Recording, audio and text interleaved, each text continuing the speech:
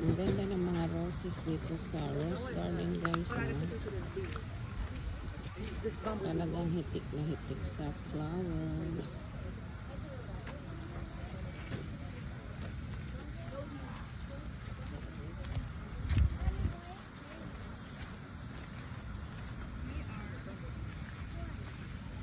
So beautiful. Ito may seeds na to. Pwede mo i-keep yung seeds.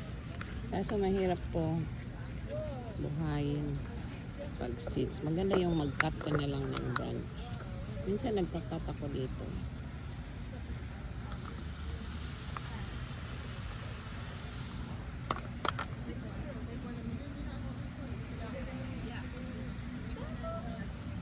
Yan, marami yan dito guys, nakapalibot sa